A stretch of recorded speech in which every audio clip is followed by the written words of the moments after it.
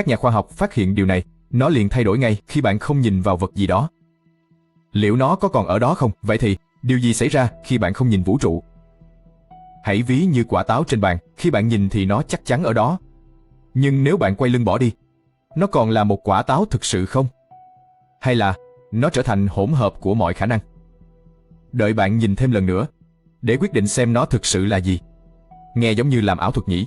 Nhưng trong cơ học lượng tử, đây hoàn toàn không phải chuyện đùa. Bởi vì trong thế giới vi mô, những hạt nhỏ bé kia không hề hành xử theo lẽ thường.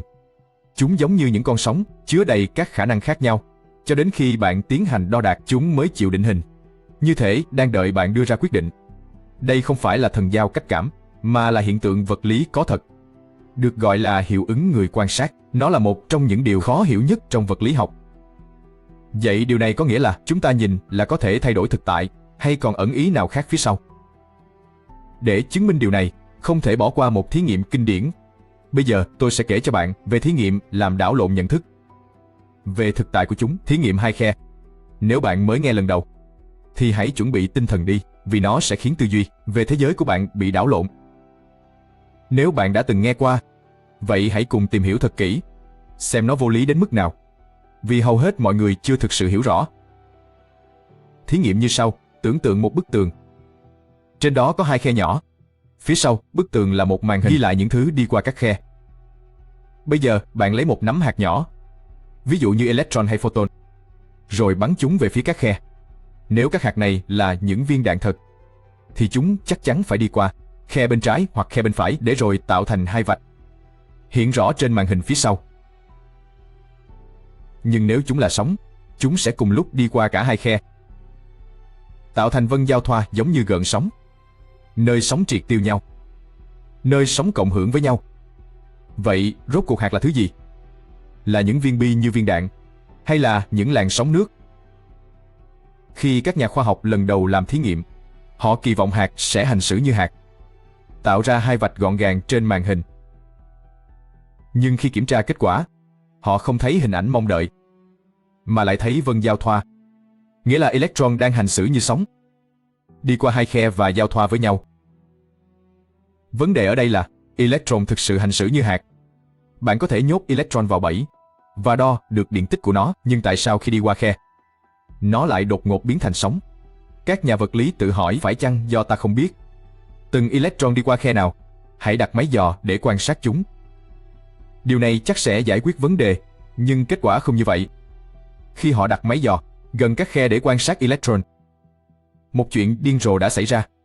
Electron không còn hành xử như sóng, mà lại quay về làm hạt bình thường. Không còn vân giao thoa nữa, chỉ còn hai vạch rõ ràng. Như thể mỗi electron đột ngột chọn một khe để đi qua. Khi không có người quan sát, các electron toàn tâm toàn ý bước vào chế độ sóng, đồng thời đi qua cả hai khe hẹp. Nhưng khi có người quan sát, electron không còn làm loạn nữa, chúng cư xử như hạt thường, chọn một đường đi. Việc đo lường trạng thái electron buộc chúng phải thay đổi cách cư xử. Nhưng tại sao lại thế? Thí nghiệm này không chỉ là vật lý, chỉ là một chi tiết kỳ lạ. Nó gợi mở về bản chất thực. Những ẩn ý khiến ta phải suy ngẫm sâu sắc. Nó cho chúng ta thấy, trước khi thực hiện đo lường, các hạt dường như chưa xác định trạng thái. Chúng tồn tại dưới dạng sóng, vô vàn những khả năng xảy ra. Chỉ khi chúng ta cố gắng đo chúng, khi chúng ta quan sát, chúng mới bất ngờ chốt lại một trạng thái. Hãy suy nghĩ về điều này xem. Ở cấp độ lượng tử, mọi thứ trước khi được đo lường đều không có định nghĩa rõ ràng, giống như bản thân thực tại vậy. Trước khi bị bắt phải lựa chọn, nó từ chối đưa ra quyết định. Đây không chỉ là vấn đề vật lý, mà còn là vấn đề hiện sinh. Thực tại rốt cuộc là gì? Nó tồn tại độc lập hay sao? Hay cần phải có người quan sát? Quan trọng nhất là, tại sao vũ trụ dường như quan tâm việc ta quan sát không? Vậy thì điều gì đang xảy ra ở đây? Thí nghiệm khe đôi để lại cho chúng ta câu hỏi lớn. Tại sao quan sát lại thay đổi hành vi vật chất? Tại sao hàm sóng lại suy sụp khi đo? Chúng có biết mình bị quan sát không? Hiện tượng này gọi là bài toán đo lường, là vấn đề sâu sắc nhất của cơ học lượng tử. Nó thách thức sự hiểu biết về chính thực tại. Một hệ thống tồn tại trong sự chồng chập của nhiều khả năng. Làm sao ngay khoảnh khắc ta quan sát, nó lập tức rơi vào một trạng thái xác định. Hãy làm rõ một hiểu lầm phổ biến. Điều này chẳng liên quan đến ý thức con người. Bạn không dùng suy nghĩ để bẻ cong thực tại. Không phải là vũ trụ đợi bạn thức dậy buổi sáng rồi mới quyết định cái giường có tồn tại không. Sự thay đổi xảy ra không phải vì ai đó đang nghĩ về electron, mà vì phép đo đã can thiệp vật lý vào trạng thái của chúng. Để hiểu điều này, ta cần bàn về vật lý lượng tử. Ý nghĩa thực sự của phép đo.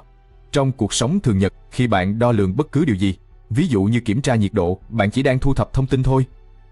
Bạn không thể thay đổi thời tiết qua nhiệt kế. Nhưng trong cơ học lượng tử, đo lường không phải là quan sát thụ động. Đó là một sự tương tác. Khi ta cố quan sát một hạt, ta buộc phải bắn vật gì đó vào nó. Ví dụ như một chùm photon, vấn đề là các hạt rất nhỏ. Rất nhỏ. Hãy tưởng tượng nhé, trong một căn phòng tối, bạn tìm vị trí của quả bóng bàn. Cách duy nhất là ném quả bóng rổ vào nó. Ngay khoảnh khắc bóng rổ chạm bóng bàn, nó không còn ở vị trí cũ nữa. Bạn có thể biết nó từng ở đâu, nhưng giờ thì bạn đã mất dấu nó đi về đâu rồi. Đó chính là những gì xảy ra với electron. Việc đo vị trí đã quá mạnh bạo, gây nhiễu loạn chúng, đến mức thay đổi cả trạng thái của chúng.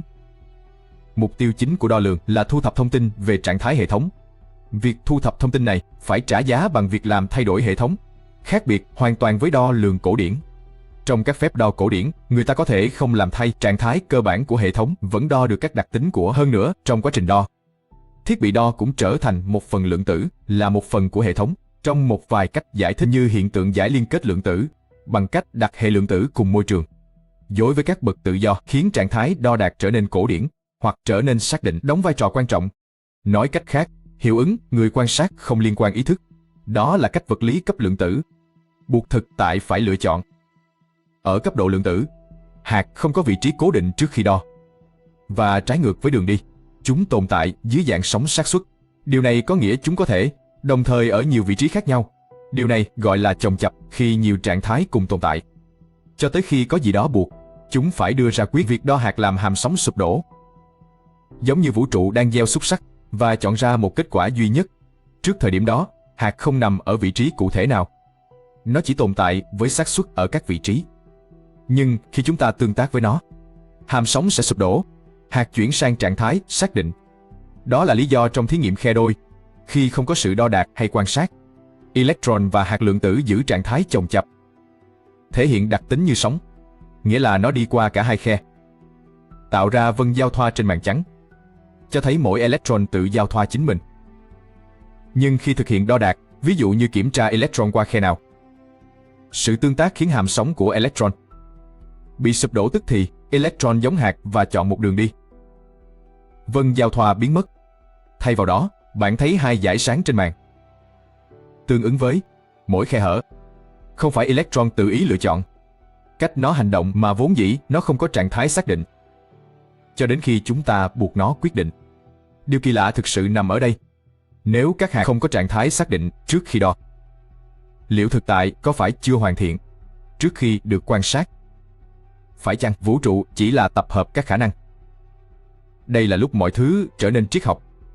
Một số nhà vật lý cho rằng thế giới trông thực và rắn chắc vì chúng ta liên tục tương tác với nó. Những người khác lại tin rằng khi đủ nhiều các hạt tương tác để xóa bỏ sự bất định lượng tử, thực tại mới trở nên xác định. Nhưng câu hỏi sâu xa hơn vẫn còn đó. Nếu không có bất kỳ ai quan sát, liệu phép đo có tương tác vũ trụ để nó tồn tại dạng xác định? Mọi chuyện ở đây trở nên cực kỳ lạ lùng.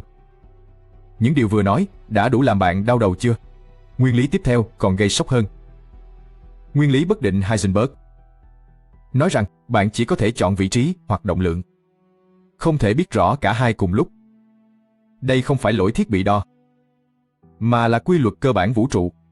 Vị trí hạt càng được đo chính xác, thì động lượng lại càng trở nên mơ hồ. Và điều ngược lại cũng đúng, dù công nghệ phát triển đến đâu. Sự bất định này vẫn luôn tồn tại. Giống như bạn nhìn một chiếc xe đua tốc độ cao, tốc độ cực nhanh, muốn biết chính xác vị trí trong khoảnh khắc là điều gần như bất khả thi, vì nó chuyển động quá nhanh. Ngược lại, nếu xe đang dừng đổ, bạn biết rõ nó ở đâu, nhưng còn tốc độ thì sao? Nó bằng không. Không còn gì để bàn cãi. Trong thế giới vi mô, các hạt không chịu ngoan ngoãn. Để bạn biết rõ vị trí và động lượng, bạn càng muốn đo chính xác cái này, cái kia càng trở nên khó nắm bắt. Đó là lý do, nếu ta cố ép một hạt điện tử vào trong một không gian nhỏ hẹp, động lượng của nó sẽ cực kỳ bất định. Nếu ta cố đo chính xác động lượng, vị trí của hạt sẽ trở nên phân tán, đến mức nó có thể ở bất cứ đâu. Không phải do thiết bị ta không tốt, mà tự nhiên không cho phép ta cùng lúc xác định được cả hai thứ. Hãy nhớ lại cách ta hiểu về thực tại. Trong vật lý cổ điển, nếu bạn biết vật đó ở đâu, cùng tốc độ nó đang di chuyển, bạn có thể đoán chính xác vị trí tương lai. Đó là cách ta đưa tên lửa lên không gian và dự đoán chuyển động các hành tinh. Nhưng ở cấp độ lượng tử thì không. Ta chỉ có thể tính toán xác suất. Ta không thể nói điện tử ở đây, mà phải nói nó có 70% ở đây, 20% khả năng ở đó, 10% khả năng ở nơi khác. Điều này phá vỡ khái niệm về tính tất yếu. Nếu bạn có thông tin đầy đủ về một hệ thống hiện tại, bạn có thể dự đoán chính xác tương lai. Trong thế giới lượng tử, sự ngẫu nhiên đã nằm sẵn trong thực tại. Nguyên lý bất định cho ta biết, ở cấp độ cơ bản nhất thực tại không chính xác, mà chỉ là mang tính xác suất. Các hạt trước khi được đo đạc không có vị trí hay tốc độ xác định. Chúng chỉ là một đám mây xác suất. Nhưng ở đây, mọi thứ trở nên kỳ lạ nếu bất định là đặc tính sẵn có. Phải chăng ngẫu nhiên là cốt lõi thực tại? Vũ trụ có phải đang tự sáng tạo? Nếu đúng là như vậy, thứ ta cho là thực tại rắn chắc chỉ là ảo giác về tính tất yếu. Liệu thực tại có phải là ảo giác? Đến đây, cơ học lượng tử đang nghi vấn về thực tại. Thí nghiệm khe kép cho ta thấy các hạt thay đổi khi bị quan sát. Nguyên lý bất định cho ta biết ta thậm chí không thể định nghĩa thực tại ở quy mô nhỏ nhất. Một câu hỏi tự nhiên xuất hiện. Nếu vật chất chưa xác định trạng thái trước khi đo, thì khi không ai nhìn tới, thực tại có còn tồn tại không? Đây không chỉ là vấn đề vật lý, mà còn là cơn ác mộng triết học vì tùy cách bạn giải thích lượng tử. Câu trả lời có thể là không. Các nhà khoa học không hoàn toàn đồng ý về việc đo đạc làm thay đổi thực tại, vì thế có vài cách giải thích về chuyện này. Nổi tiếng nhất là thuyết Copenhagen, được ủng hộ bởi Niels Bohr và các nhà vật lý khác. Họ cho rằng các hạt tồn tại ở trạng thái chồng chập, nghĩa là trước khi bị quan sát đo đạc, chúng không ở bất kỳ vị trí cụ thể nào. Hành động đo đạc làm hàm sóng suy sụp, khiến hạt rơi vào một trạng thái thực. Về cơ bản thực tại chưa tồn tại, cho đến khi có thứ gì đó ép hạt phải đưa ra quyết định, dẫn đến những câu hỏi đáng lo ngại. Ví dụ như khi không ai nhìn mặt trăng, liệu nó có tồn tại không? Câu trả lời là đừng hỏi. Tiếp theo là thuyết đa thế giới. Cách giải thích này vừa hay vừa đáng sợ. Thay vì chỉ có một thực tại, mọi kết quả khả thi đều xảy ra trong những vũ trụ khác nhau. Đây là thuyết đa thế giới của Everett. Theo quan điểm này, khi bạn đo một hệ lượng tử, thực tại sẽ chia tách thành nhiều phiên bản. Trong một vũ trụ, điện tử đi qua khe trái trong vũ trụ khác. Nó đi qua khe phải trong vũ trụ khác nữa. Bạn hiểu chứ, nếu điều này là thật, mọi lựa chọn bạn từng thực hiện, mỗi lần tung đồng xu, mỗi chuyến xe buýt bạn bỏ lỡ, mọi tình huống ngượng ngùng bạn gặp phải, đều diễn ra trong các thế giới song song. Ở một nơi nào có một phiên bản của bạn đã đưa ra mọi quyết định đúng đắn. Tuy nhiên, vẫn có ý kiến cho rằng đó là quần què, là một ý tưởng hay. Tiếp đến là lý thuyết sóng dẫn. Nhà vật lý Luis Burgos đã đề xuất một ý tưởng khác. Nếu các hạt luôn có vị trí xác định, nhưng lại bị điều khiển bởi sóng ẩn mà chúng ta không thể quan sát được, điều đó nghĩa là thực tại có tính xác định nhưng chúng ta vẫn chưa hiểu rõ cơ chế vận hành nền tảng. Cách giải thích này rất thú vị vì nó giúp chúng ta giữ lại quan niệm thực tại vững chắc, nhưng cái giá phải trả. Chấp nhận vũ trụ có một lớp ẩn không thể thấy, giống như vật lý có mã gian lận đang âm thầm vận hành với cơ chế ẩn chạy ngầm bên dưới. Vậy thực tại có phải là giả? Câu trả lời ngắn gọn là không biết. Câu trả lời dài hơn một chút là tùy vào cách bạn hiểu về thực tại. Nếu thực tại yêu cầu mọi thứ luôn có bản chất xác định ở mọi thời điểm, thì cơ học lượng tử cho thấy thực tại hơi thiếu sót. Nhưng nếu thực tại chỉ là những gì ta quan sát, thì có lẽ mọi thứ vẫn ổn. Ta chỉ cần chấp nhận rằng ở quy mô nhỏ, mọi thứ đều kỳ lạ và bất định. Nhưng còn một ý tưởng rùng rợn hơn. Nếu thực tại chỉ xác định khi được quan sát, vậy ai hoặc cái gì đang đo đạc vũ trụ? Liệu vũ trụ có đang tự quan sát chính mình? Phải chăng tất cả chúng ta đều đang chờ đợi một người quan sát biến các khả năng thành hiện thực? Khi đó cho rằng thực tại chỉ trở nên thực khi được quan sát đã đủ gây bất an rồi. Nhưng nó lại dẫn đến vấn đề kỳ lạ hơn. Có cần phải là một quan sát viên có ý thức? Liệu chính ý thức con người có làm sụp đổ hàm sóng? Không. Liệu suy nghĩ có đang chủ động định hình thực tại? Liệu vũ trụ có đang chờ đợi chúng ta chú ý đến nó, rồi mới quyết định điều gì là thực? Ý tưởng này không mới. Nhiều người thường hiểu sai về cơ học lượng tử, cho rằng tâm trí ảnh hưởng trực tiếp đến vũ trụ, tuân theo ý chí của chúng ta chỉ vì chúng ta nhận thức được nó. Nghe có vẻ hợp lý, thậm chí rất huyền bí, nhưng liệu nó có đúng? Hãy làm rõ rằng không có. Nhà vật lý chính thống nào cho rằng ý thức là điều kiện cần để làm sụp đổ hàm sóng. Ý tưởng cho rằng cần tâm trí có ý thức để thực hiện việc đo đạc là một sự hiểu lầm về cơ học lượng tử. Sự nhầm lẫn này bắt đầu từ các nhà tiên phong như John von Neumann và suy ngẫm của Eugene Wigner. Họ từng cân nhắc liệu ý thức có vai trò trong đo đạc. Wigner thậm chí gợi ý tâm trí có ý thức chính là thứ cần để biến khả năng lượng tử thành hiện thực.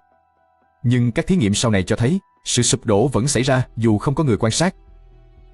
Máy dò tự động hay thậm chí tương tác giữa các hạt, bản thân chúng đã đủ để ép hệ lượng tử vào trạng thái xác định. Thực tại không cần bạn phải nhìn nó chỉ cần tương tác với thứ gì đó. Cách mọi người hay hiểu sai về hiệu ứng người quan sát là cho rằng tư duy có thể kiểm soát thực tại. Hãy dùng một thí nghiệm đơn giản để kiểm chứng ý tưởng này. Hãy tưởng tượng việc tung đồng xu và mong nó rơi xuống mặt ngửa. Dù bạn có tập trung đến đâu, cơ học lượng tử cũng không giúp bạn kiểm soát kết quả. Vũ trụ không tuân theo lệnh từ não bộ của bạn. Nếu ý thức làm sụp đổ hàm sóng trực tiếp, về mặt lý thuyết, bạn có thể chọn trạng thái lượng tử của các sự kiện. Nhưng mọi thử nghiệm đều cho thấy tính ngẫu nhiên vẫn chiếm ưu thế. Cơ học lượng tử rất lạ lùng, nhưng nó không phải phép thuật. Nếu không phải do ý thức, thì tại sao thực tại lại thay đổi? Khi ta thực hiện đo đạc, có một câu trả lời thực sự, chính là hành động đo đạc, không phải người thực hiện phép đo. Electron là sóng khi không bị quan sát, và là hạt khi bị đo đạc. Bởi đo đạc là quá trình vật lý, làm nhiễu loạn hệ thống. Hãy tưởng tượng bàn bi ra trong tối. Muốn thấy vị trí các quả bóng, bạn phải dùng đèn pin soi. Nhưng khi làm vậy, bạn đã thêm năng lượng vào hệ. Ánh sáng có thể làm quả bóng dịch chuyển một chút. Trong cơ học lượng tử, khi ta đo một hạt, ta tương tác vật ép nó vào một trạng thái cố định bằng cách tác động trực tiếp. Người quan sát trong hiệu ứng này không phải là ý thức bí ẩn nào, mà là tương tác ép buộc lựa chọn. Vấn đề trở nên rất kỳ lạ. Nếu các hạt lượng tử cần được đo để cố định trạng thái, thì trước khi có sự sống có ý thức xuất hiện. Điều gì đã xảy ra nếu không có ai quan sát? Vũ trụ thuở sơ khai có phải chỉ là một đại dương, các khả năng chờ được đo đạc? Điều này gợi ra ý tưởng thú vị. Có lẽ vũ trụ tự quan sát chính nó. Sự tương tác giữa các hạt và trường có thể đang đo đạc lẫn nhau, duy trì thực tại ở trạng thái cố định, hoặc đo đạc xảy ra ở mức cơ bản. Khi một hạt tương tác với hạt khác, đã đủ tính là một lần quan sát, hoặc là khái niệm của chúng ta về thực tại chưa đủ. Nếu cần phải đo đạc mọi thứ để chúng tồn tại ở trạng thái cố định, thì phần thực tại chưa được đo đang ở trạng thái bất định thì sao? Có khi vũ trụ không cần người quan sát ý thức. Thực tại không phụ thuộc vào con người, chỉ cần tương tác để hiện thực hóa. Nhưng vấn đề nằm ở chỗ, nếu ý thức thực sự đóng vai trò trong việc đo đạc lượng tử, thì tư duy con người kết nối trực tiếp cấu trúc của thực tại. Đây sẽ là một trong những khám phá vĩ đại nhất lịch sử nhân loại.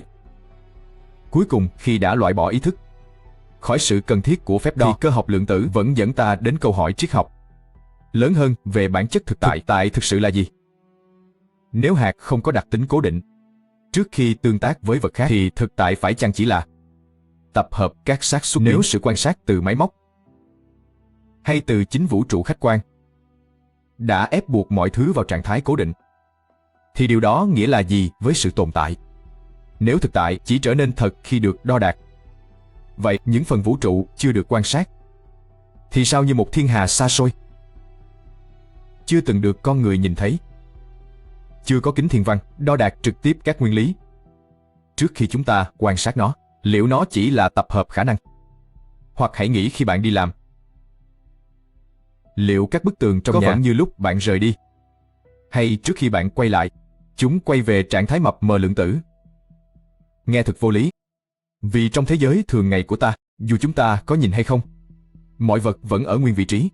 Nhưng ở cấp độ lượng tử, chúng ta biết trước khi được đo đạc, vật đó nằm trong trạng thái bất định. Bạn đã nghe câu hỏi kinh điển này chưa? Nếu một cái cây đổ trong rừng, không ai ở đó nghe thấy tiếng động, cơ học lượng tử buộc chúng phải đặt ra phiên bản lạ hơn. Nếu cái cây đó chưa từng được quan sát, liệu ngay từ ban đầu Nó đã ở trạng thái xác định chưa? Nếu toàn bộ thực tại của chúng ta là tập hợp hệ thống lượng, phải chăng mọi thứ đều bất định, chờ được đo đạc để trở nên cụ thể?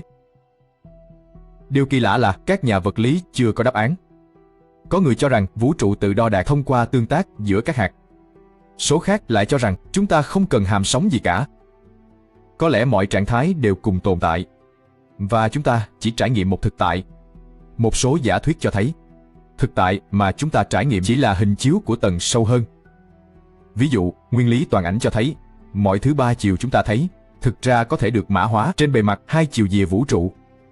Nói cách khác, nếu nhận thức về thực tại của ta chỉ là phiên bản đơn giản hóa của những thứ sâu sắc và phức tạp hơn. Hãy tưởng tượng trò chơi điện tử khi bạn chơi. Bạn thấy một thế giới chi tiết, với cây cối đại dương và nhà cửa. Nhưng đằng sau hậu trường tất cả chỉ là những dòng mã. Quyết định cách mọi thứ vận hành, bạn không thấy được các dòng mã, bạn chỉ thấy thế giới trong game. Nếu vũ trụ cũng như vậy, nếu mọi thứ ta cảm nhận chỉ là bề nổi của những điều sâu xa, mà ta không thể đo đạc trực tiếp, chúng ta có thể thấy và trải nghiệm những sự việc trong vũ trụ, nhưng dường như ta chưa hiểu tường tận những gì đang diễn ra. Dù đã phát triển được các quy luật mô tả hiện tượng lượng tử, nhưng lý do đằng sau vẫn là bí ẩn. Thực tại có tồn tại độc lập không? Hay được định hình bởi quan sát viên? Liệu các quy luật này có phải là mã được lập trình sẵn hay không? Đó là nguồn gốc của giả thuyết mô phỏng, rằng thực tại chỉ là một hệ thống được lập trình sẵn, và nhà khoa học còn ám chỉ các quy tắc lạ của lượng tử có thể là dấu hiệu vũ trụ đang thực hiện tính toán, giống như vũ trụ trò chơi điện tử chạy trên phần cứng siêu cấp. Tất nhiên, đây chỉ là suy đoán, nhưng cơ học lượng tử cho thấy vũ trụ không vững chãi như chúng ta từng nghĩ. Nếu cốt lõi mọi thứ chỉ là xác suất, thì theo một nghĩa nào đó, thực tại không giống vật thể vật lý, mà giống như một phương trình thay đổi, chờ được giải quyết. Cơ học lượng tử cung cấp cho ta quy luật hành vi thực tại ở quy mô nhỏ nhất, nhưng chưa giải đáp được những câu hỏi sâu hơn về các tầng ý nghĩa. Ta chưa hiểu rõ thực tại có độc lập, hay phụ thuộc vào người quan sát, hoặc điều gì đó kỳ lạ hơn. Nhưng ta biết một điều chắc chắn, vũ trụ kỳ lạ hơn ta từng tưởng tượng. Có lẽ ta mới chỉ chạm bề mặt thực tại, đang tìm cách hiểu những gì xảy ra. Sau khi nghe những điều, bạn có thấy rằng thế giới này thật kỳ diệu hơn ta tưởng, và nhận thức của chúng ta về thực tại có lẽ mới chỉ là phần nổi tảng băng. Cảm ơn các bạn đã theo dõi.